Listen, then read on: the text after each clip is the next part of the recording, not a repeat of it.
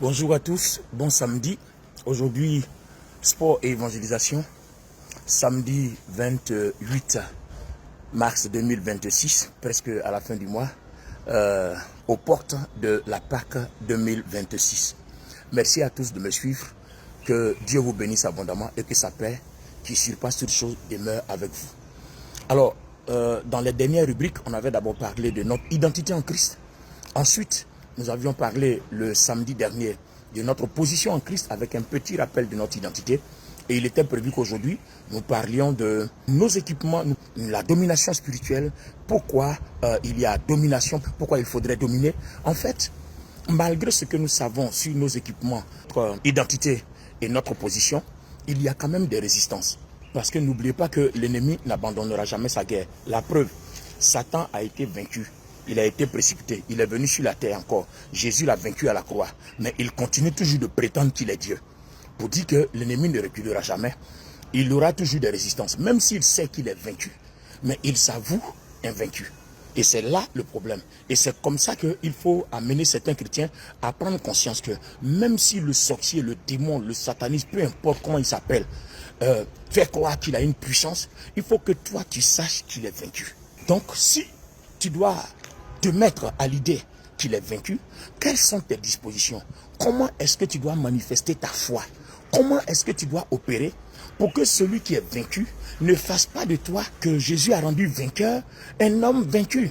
Alors qu'il se sert certainement de ta peur, de tes doutes, de tes remords, de tous ceux sur lesquels tu as une culpabilité. Voilà le problème en fait. Donc l'ennemi va se servir de ta peur, de ton incrédulité, de tes doutes, de ton manque de connaissance dans les Écritures, de ton manque de connaissance de ta foi, de ton manque de connaissance de beaucoup de choses. Alors ce matin, qu'est-ce que nous allons faire? Ce matin, nous réalisons que nous avons des équipements que le Seigneur nous a donnés. Et Éphésiens, le chapitre 6, le verset 10. Alors, permettez que je paraphrase la version Bible du Semeur. Je vais essayer de la lire par cœur parce que comme je suis en direct, je ne peux pas ouvrir pour lire. Bible du Semeur dit, puisez votre force dans les forces toutes puissantes du Seigneur.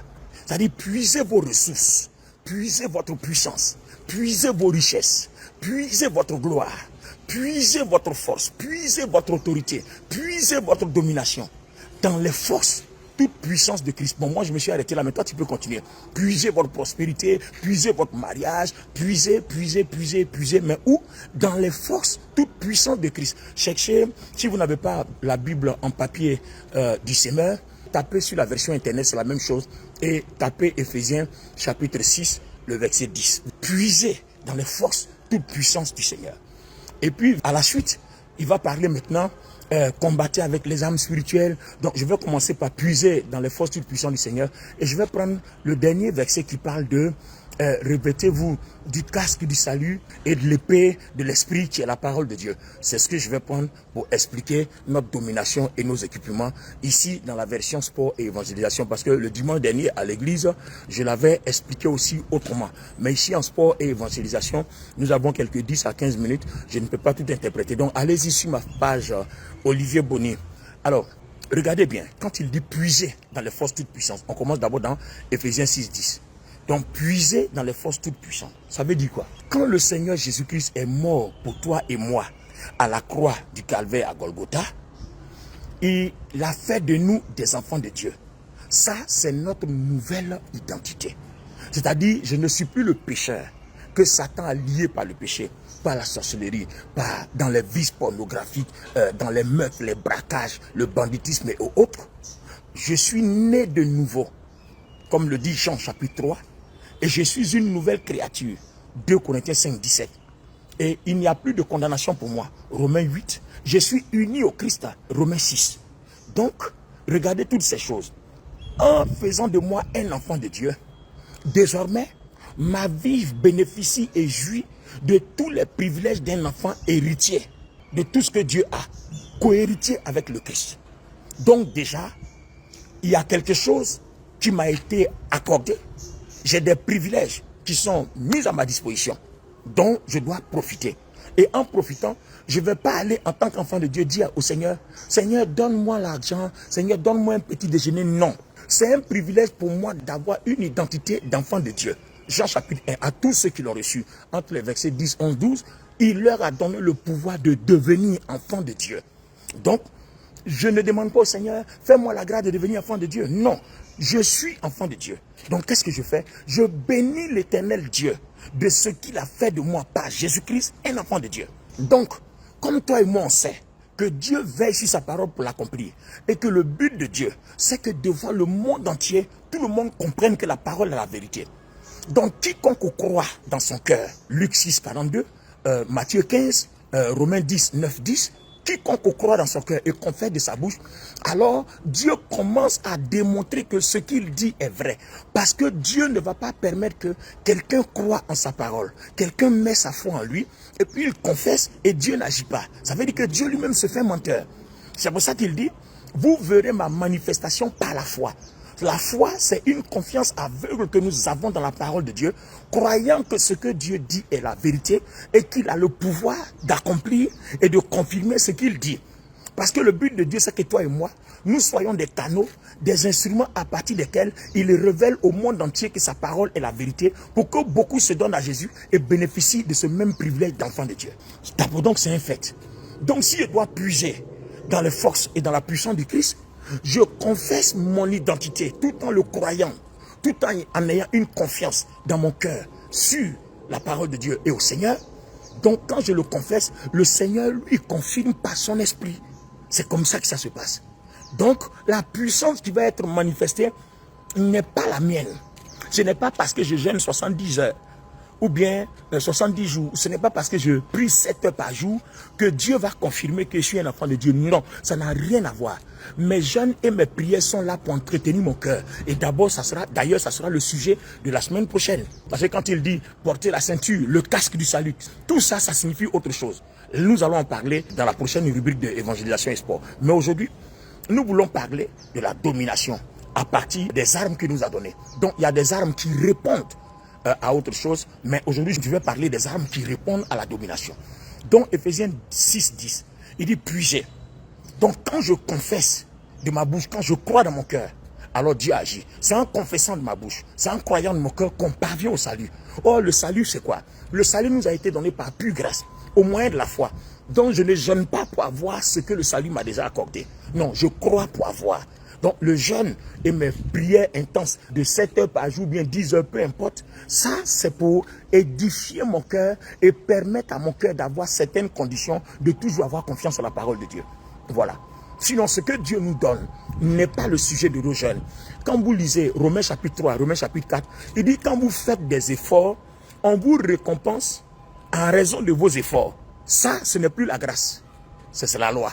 Mais la grâce, c'est que Dieu a déjà accompli des choses en Jésus-Christ.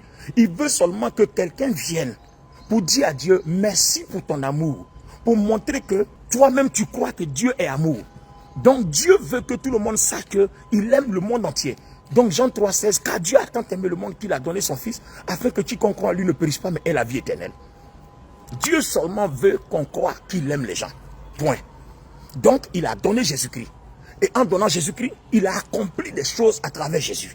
Et ces choses qu'il accomplit à travers Jésus, il dit ça s'appelle la grâce. Donc la grâce c'est quelque chose que quelqu'un a déjà fait pour toi. C'est pas toi qui viens faire. Donc il n'y a pas de mérite.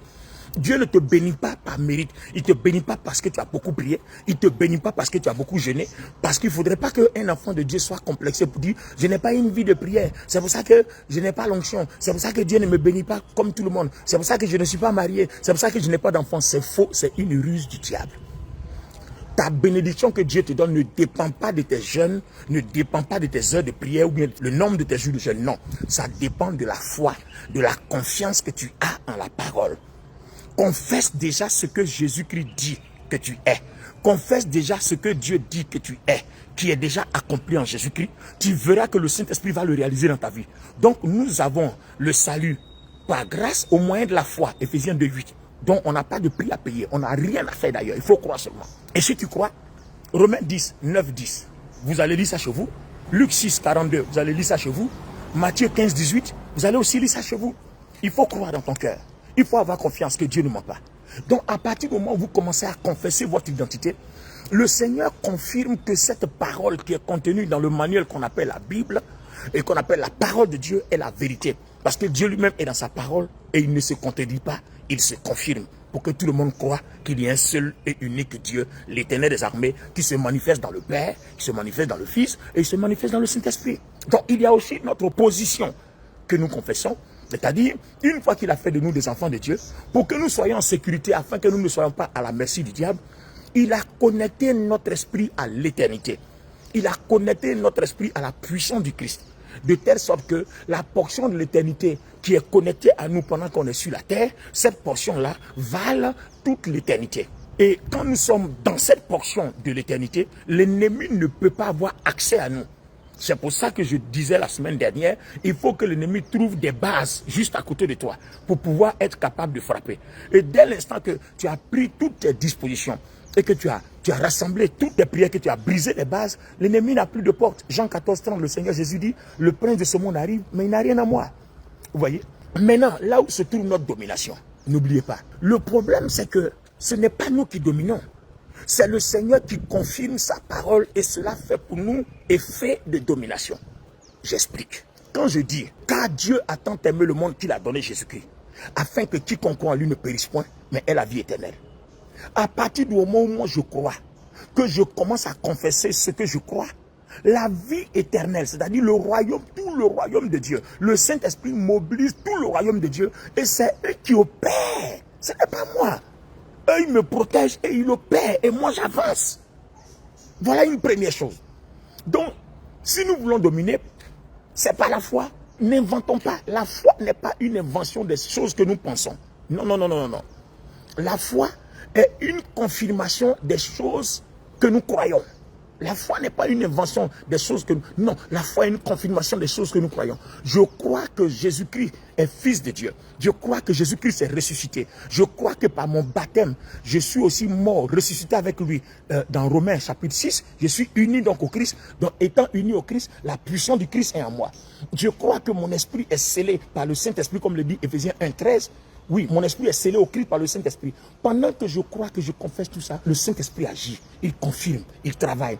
Donc si un démon est dans les parages, qui est venu m'attaquer, quand je confesse mon identité, quand je rappelle à ce démon-là, que Colossiens 2, 13, 14 dit que Jésus-Christ a vaincu les ténèbres, il les a dépouillés, il les a livrés en spectacle, je suis en train de dire au royaume de Dieu d'attaquer tous les démons qui sont aux alentours de moi et qui me fatiguent. En fait, notre erreur, c'est que nous pensons que tant que je n'ai pas dit au nom de Jésus, le démon sort, c'est que le démon sera là. Non. Commence à confesser Colossiens 2.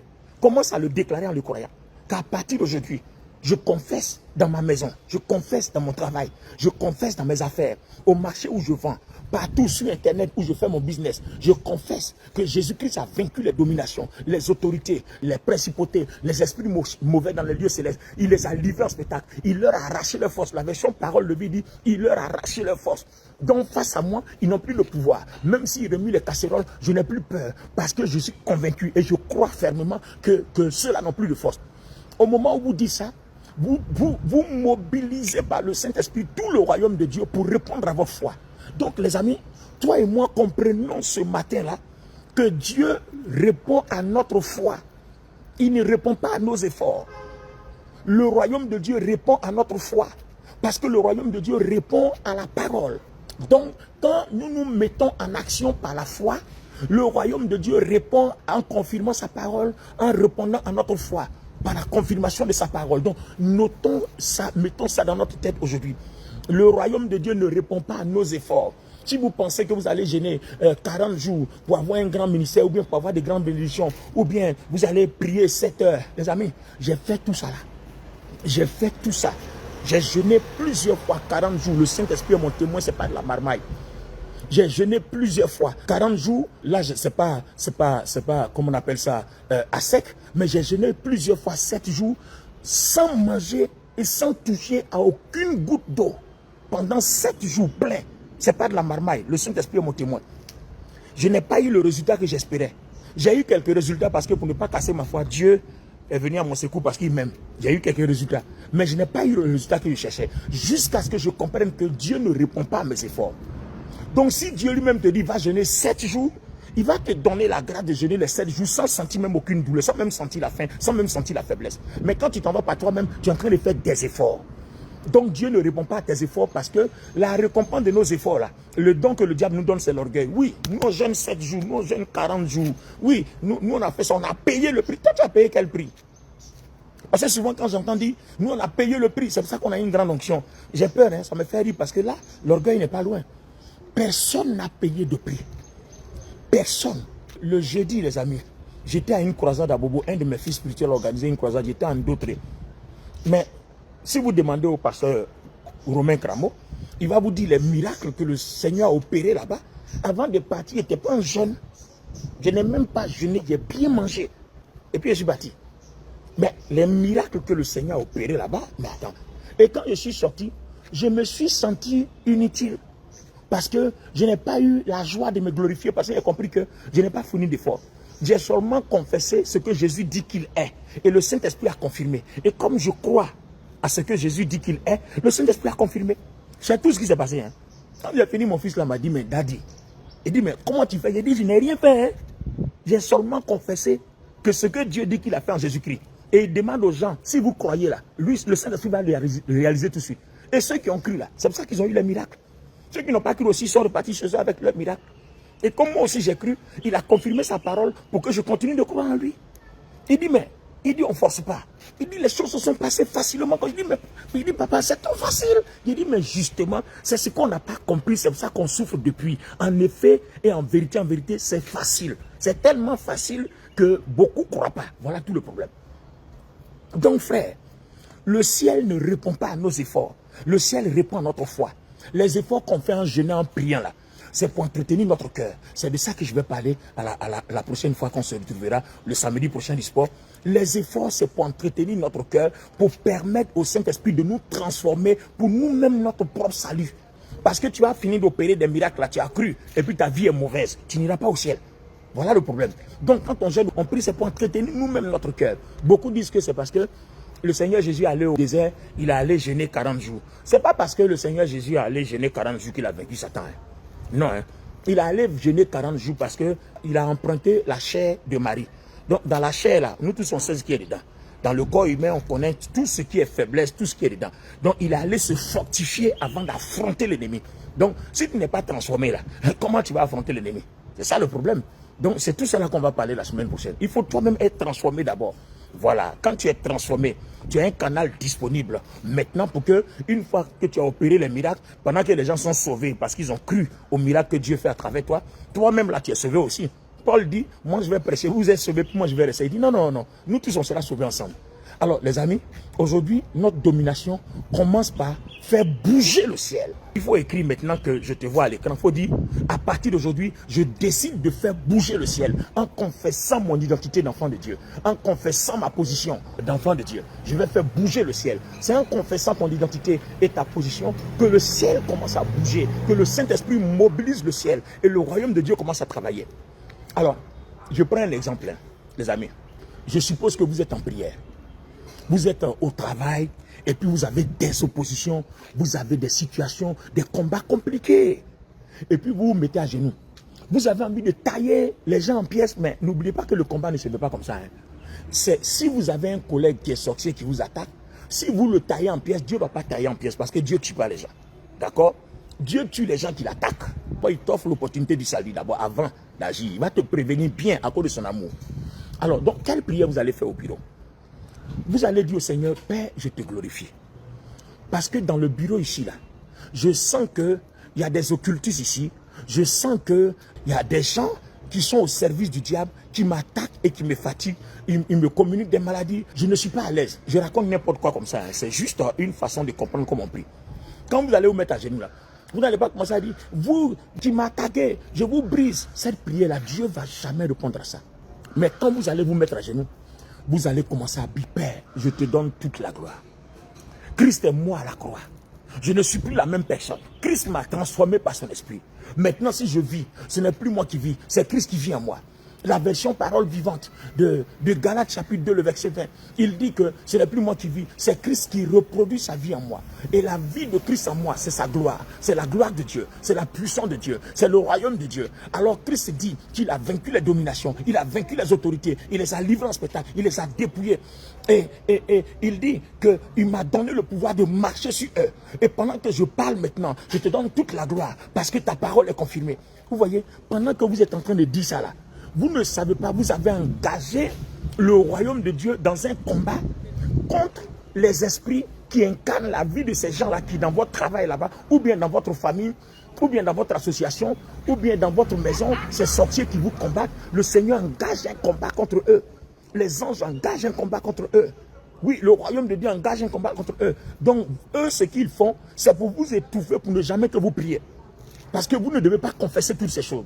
Donc, prier, c'est manifester son identité, c'est manifester sa position, c'est confirmer ce que Dieu a fait. Et quand vous êtes en train de déclarer toutes ces choses-là, le royaume de Dieu se met en marche et le royaume de Dieu confirme exactement ce que vous dites dans la parole de Dieu, ce que vous croyez, ce que vous confirmez parce que c'est de Dieu et Dieu le réalise. Imaginez-vous un seul instant que vous êtes à genoux, vous êtes en train de louer le Seigneur, vous êtes assis, peu importe la position qui vous sied pour mieux prier. Et puis, vous êtes en train de dire, toute âme forgée contre moi est sans effet. Toute langue qui se lève contre moi, je la condamne en justice. Est-ce que vous savez ce que vous êtes en train de faire? En fait, vous êtes en train de dire au royaume de Dieu que si, séance tenante, pendant que je parle là, il y a des ennemis ou bien des êtres humains, peu importe, agents du diable, qui ont dressé des armes contre moi, ces armes-là sont sans effet. Ces armes-là retournent à l'envoyeur. Et si jamais il y a des complots contre vous en justice, ces complots-là, qu'ils aillent les condamner. Le Seigneur Jésus l'a dit, il dit même quand on vous traînera devant les tribunaux, n'ayez pas peur. Hein. Au dernier moment là, je vous dirai ce que vous aurez à dire. C'est par là que je vais terminer tout à l'heure. Alléluia. Alors écoutez-moi les amis, je termine, je vais vers la fin, vers mon mot de la fin. La domination commence par la foi. Commence par appeler le ciel à manifester ce que le ciel dit de notre protection, de notre identité et de toutes les faveurs que nous avons. Une fois que vous les confessez, le ciel bouge avec. Imaginez, prenez par exemple le psaume 91. Prenez d'autres psaumes, par exemple Ésaïe 54. Toute âme forgée contre moi sera sans effet. Celui qui est sous l'abri du Très-Haut repose à l'ombre du Tout-Puissant. Comment quand toi tu es sous l'abri du Très-Haut, tu reposes à l'ombre du Tout-Puissant, et puis un démon qui a été déjà vaincu dans Colossiens 2, 12, 13, 14, va venir s'attaquer à toi et puis le ciel ne va rien faire. Le ciel va le foudroyer. Ton problème, c'est que tes yeux ne voient pas le travail que le ciel fait. Donc, tu penses que le ciel fait rien. Commence à confesser ça par la foi. Pourquoi d'autres personnes se promènent libres? Parce que leur foi fait que les démons là sont là. Hein. Mais on dit, lui là, quand tu le touches là, lui là, il sait, hein, c'est un sachant. Quand il confesse ces choses-là, le royaume de Dieu va venir nous attaquer ici. Donc, vous voyez, les démons n'attaquent pas ceux qui savent. Ils attaquent ceux qui ne savent pas. Parce que ceux qui sont ignorants sont leurs cibles, sont leurs proies. Ils sont faciles. Quand ils s'en vont les provoquer là, ils n'ont rien. Mais toi, quand ils vont t'attaquer, tu vas commencer à dire, oh Seigneur, tu m'as donné le pouvoir de marcher sur le dragon, sur la spique, sur le lion et le lionceau. Tu m'as donné le pouvoir de marcher sur les scorpions, de marcher sur les serpents. Pendant que tu dis marcher sur les serpents, est-ce que vous connaissez le nombre d'anges que le Saint-Esprit a fait venir pour commencer à marcher sur les sorciers transformés en serpents pour vous attaquer? Vous ne savez pas. C'est ce qui se passe quand vous confessez. Donc vous, célébrez Dieu par votre foi de ce qu'il dit que vous êtes. Célébrez Dieu par votre foi de ce qu'il dit que vous avez. Si vous montre un esprit, alors commandez par Jésus-Christ que cet esprit-là dégage de votre vie. Mais s'il ne vous montre pas d'esprit, que vous sentez que vous êtes attaqué, que vous ne voyez rien, commencez à brandir tout ce que Dieu vous a dit. Commencez à célébrer Dieu pour tout ce que Jésus-Christ dit. Quand vous dites que toute âme forgée contre moi est sans effet et toute flèche lancée contre moi retourne à l'envoyeur, vous savez ce que vous êtes en train de dire. Quand le psaume 23 dit, même quand je marche dans la vallée de l'ombre de la mort, je ne crains aucun mal, c'est parce que tu ne marches pas seul. Parce que quand tu marches dans la vallée de l'ombre de la mort, celui qui marche avec toi là, il fait que tous les serpents te laissent la route, il t'ouvre le chemin. Parce que si jamais un d'eux a osé te piquer, alors qu'il est avec toi, mais il ne peut même pas même. Parce qu'on dit tu es uni à Christ. Donc si tu es uni à Christ là, sauf celui qui n'est pas encore chrétien, qui n'est pas uni à Christ, lui s'il marche dans la vallée, ils vont le piquer. Mais celui qui est chrétien, qui est uni à Christ, qui a la foi, on ne peut pas le piquer. Voilà le problème. Alors, parlons maintenant de nos équipements. Ça, c'est une première façon de dominer à partir de notre identité et de notre position. Rien qu'en confesser ce que la Bible dit que nous sommes. Donc là, sur ce point-là, ce qu'il faut faire, il faut beaucoup lire la Bible. Si vous voulez trouvez des papiers quand vous lisez la Bible, recensez toutes les parties qui parlent de votre identité, votre équipement, et puis faites de ça des choses que vous connaissez par cœur. Vous connaissez ces versets-là par cœur. Vous croyez en ça, vous les citez, vous défendez avec le ciel travail. Ça, c'est une première partie de la domination. La deuxième partie de la domination, il parle des armes spirituelles, la ceinture, la vérité, voilà. Il y a beaucoup de choses. Ça, on va parler de ça la prochaine fois parce que ça signifie autre chose. Mais je vais prendre la dernière partie pour il dit, portez par-dessus tout le casque du salut et l'épée de l'esprit qui est la parole de Dieu. Alors, regardez ici, épée de l'esprit en tant qu'équipement. L'épée de l'esprit, c'est quoi? On dit l'épée de l'esprit qui est la parole de Dieu. Alors, si tu as une épée qui est la parole de Dieu, l'épée là n'est pas dans ta bouche. Mais la parole de Dieu, là, la Bible dit quoi? Elle est dans nos cœurs. Et l'apôtre Paul dit quoi? C'est la parole de foi que nous confessons dans notre bouche, que nous croyons de notre cœur. Ça veut dire que l'épée de l'esprit, écoutez-moi bien s'il vous plaît les amis. Si l'épée est la parole que je lis dans la Bible, elle s'appelle Logos. C'est-à-dire, elle me donne des informations sur lesquelles je base ma foi. Romains 10, 17, la foi vient de ce qu'on entend et ce qu'on entend vient de la parole de Dieu. Donc, vous voyez, il y a la parole de Dieu et puis il y a ce que j'entends de la parole de Dieu. Donc, ce que j'entends de la parole de Dieu, c'est ça l'épée de l'esprit. Vous voyez? Donc, la parole même est déjà une épée, mais l'épée de mon esprit qui est la parole de Dieu, c'est ce que j'entends de la parole de Dieu. Par exemple, je vais dans un endroit et puis je sens que je suis en difficulté. Alors, qu'est-ce que je dois faire? Je rentre dans mon esprit, l'épée de l'esprit. Vous voyez, non? Je rentre dans mon esprit pour aller chercher une parole. Le Seigneur Jésus, à qui mon esprit est uni, va me communiquer une pensée. Et c'est par cette pensée-là que j'agis maintenant. Donc, cette fois-ci, on sort des informations que la parole me donne. Vous voyez? Et maintenant, j'entre dans une autre dimension des informations que le Christ me communique à cause de mon union, de l'union de mon esprit avec lui. Donc, il me communique un certain nombre d'informations. C'est-à-dire, il est à mes côtés. Moi, je n'ai qu'à les déclarer et puis le Seigneur agit. Je me souviens dans une année, au moment où je faisais mes cultes à la Bibliothèque nationale, quand j'étais encore pasteur à Foursquare, c'est quoi? C'était dans les années 1999, 2000. Voilà. 2000, il y a au moins 26 à 27 ans de cela. On était en plein culte dimanche. Je prêchais sur la foi. Bon, sachez que en ce moment précis là, je n'avais pas la dimension de la connaissance que j'avais aujourd'hui. C'est pas la même chose, les amis. Voilà. Aujourd'hui, à travers des études, j'ai jusqu'à 4 doctorats en théologie, à travers des études. Donc, c'est pas la même chose. C'est-à-dire, je connaissais rien. Voilà, à cette époque-là, je n'avais rien. Je connaissais rien. Et puis, je prêchais sur la foi. Et les amis, le paralytique, même quand je le vois assis là, moi-même, déjà, même j'ai peur même d'aller le toucher, parce que je me dis, je vais échouer. Mais regardez comment le Seigneur va me confondre. J'étais en train de prêcher, et puis j'ai dit, ta maladie quitte ton corps. Je n'ai même pas eu le courage d'aller lui dire, lève-toi de ton fauteuil, marche, ta maladie quitte ton corps. Parce que ce que je suis en train de vous enseigner aujourd'hui, là, je ne connaissais pas ça. Aujourd'hui, Dieu m'a fait la grâce de connaître ça. Mais à l'époque, je ne connaissais pas. J'étais pasteur, mais je ne connaissais pas ça. Donc, j'ai entendu une voix qui m'a dit, ta maladie quitte ton corps. Donc, qu'est-ce que j'ai fait? J'ai prononcé la parole, ta maladie quitte ton corps. En même temps, le Saint-Esprit a pris la parole, il a touché. Le gars a crié, waouh, il est tombé. Maintenant, il faut me voir maintenant, voilà, l'orgueil. Voilà, maintenant, il a eu le courage maintenant. Il dit, laisse-le, le Saint-Esprit travaille derrière moi, lui, là. Maintenant, tu as compris que le Saint-Esprit travaille. laisse-le, le Saint-Esprit travaille. Donc, il voulait se relever, il est tombé, les gens voulaient le suivre. Laisse-le, le Saint-Esprit travaille. Et puis, ils l'ont laissé. Le gars s'est levé lui seul. Bon, il marchait, c'était pas encore bien, mais il n'avait plus besoin des béquilles. Oh, en temps normal, sans les béquilles, il ne peut même pas se tenir debout. Et il est parti le dimanche prochain, il revient, il commence à marcher bien. Au bout de 3 semaines, il a retrouvé l'usage normal de ses pieds. Waouh, le miracle était formidable.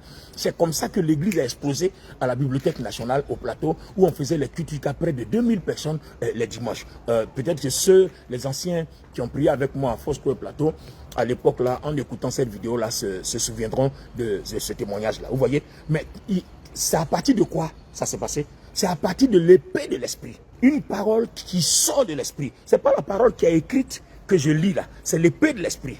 C'est ce que généralement les gens appellent le réma. Vous voyez? C'est l'épée de l'esprit. Pierre a eu cette épée de l'esprit là. Il dit, Seigneur, si c'est toi, ordonne que je vienne vers toi. Donc, le Seigneur lui a dit, viens. Mais là, lui, il a la grâce, le Seigneur était en face de lui, il lui parlait directement. C'est encore facile dans la foi. Mais là, aujourd'hui, le Seigneur n'est pas devant toi, mais le Seigneur est uni à ton esprit, comme le dit Romains chapitre 6 et comme le dit Colossiens chapitre 2, versets 11, 12, 13, 14. Le Seigneur est uni à notre esprit, donc c'est uni à notre esprit, il dépose la parole dans notre esprit. Le problème, quand le Seigneur dépose la parole dans notre esprit, là, la parole qu'il dépose dans ton esprit, ça vient s'asseoir dans ton cœur. Parce que Christ habite notre cœur par le Saint-Esprit. Donc c'est là maintenant, on va comprendre maintenant l'importance de nos jeûnes et de la prière intense. Donc s'il te donne la parole, l'épée de l'esprit, il faut que ton cœur reçoive, pour que tes pensées comprennent que tu dois prononcer une parole. Parce que Luc 6, 42 dit, la parole que je dois prononcer de ma bouche, elle vient de mon cœur. Donc quand mon esprit reçoit, la parole vient s'asseoir dans mon cœur. Maintenant, au moment où la parole qui sort de l'esprit du Seigneur communique à mon esprit, parce que lui et moi on est unis en esprit, on est un, et que mon cœur est rempli de colère, de haine, d'amertume, de mauvaises pensées, d'impudicité, de fornication et de tout ça, la parole passe pas.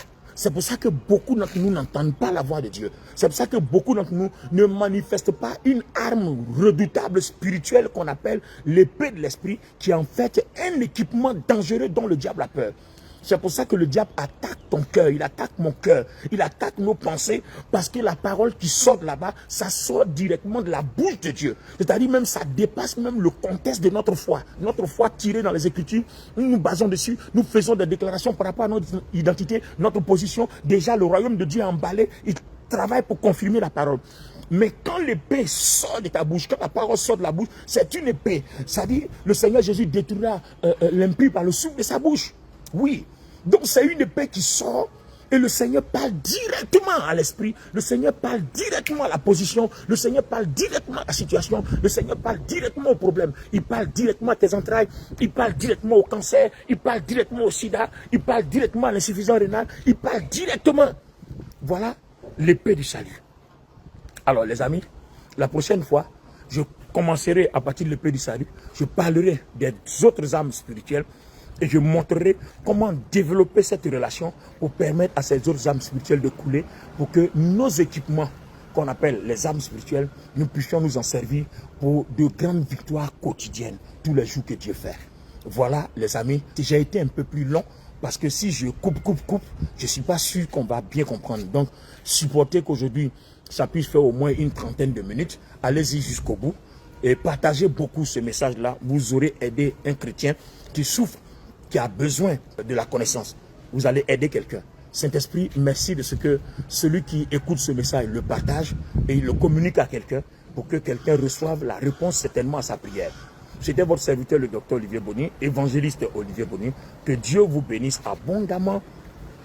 On se retrouve samedi prochain pour parler des armes spirituelles, c'est-à-dire nos équipements en Christ. On connaît notre identité, notre position. Déjà, on peut les utiliser en domination quant au combat spirituel.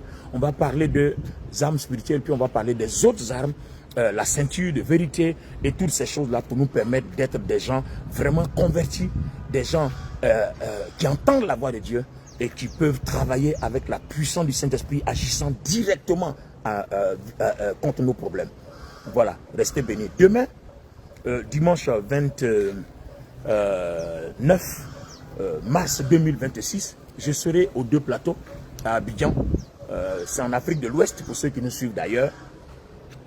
Pour un culte de 8h à 11h. C'est à la rue K42, porte 121 pour ceux qui viennent en voiture, en GPS ou en Yango. Maintenant, si vous venez, vous avez le boulevard Latry, venant de Sokosé ou bien venant de Lena, vous allez trouver la station Ola. Derrière la station Ola, vous trouverez des cours de tennis. L'église est à côté. Voilà, c'est la communauté Source de Vie. Voilà, le nom de l'église, c'est Source de Vie. Voilà, vous allez trouver ça là. Rendez-vous de 8h à 11h. Merci à vous et shalom chez vous. Que Dieu vous bénisse. Bonne domination et puis bonne manifestation de la puissance et des miracles par l'épée de l'esprit. Au nom du Seigneur Jésus-Christ, j'ai dit Amen.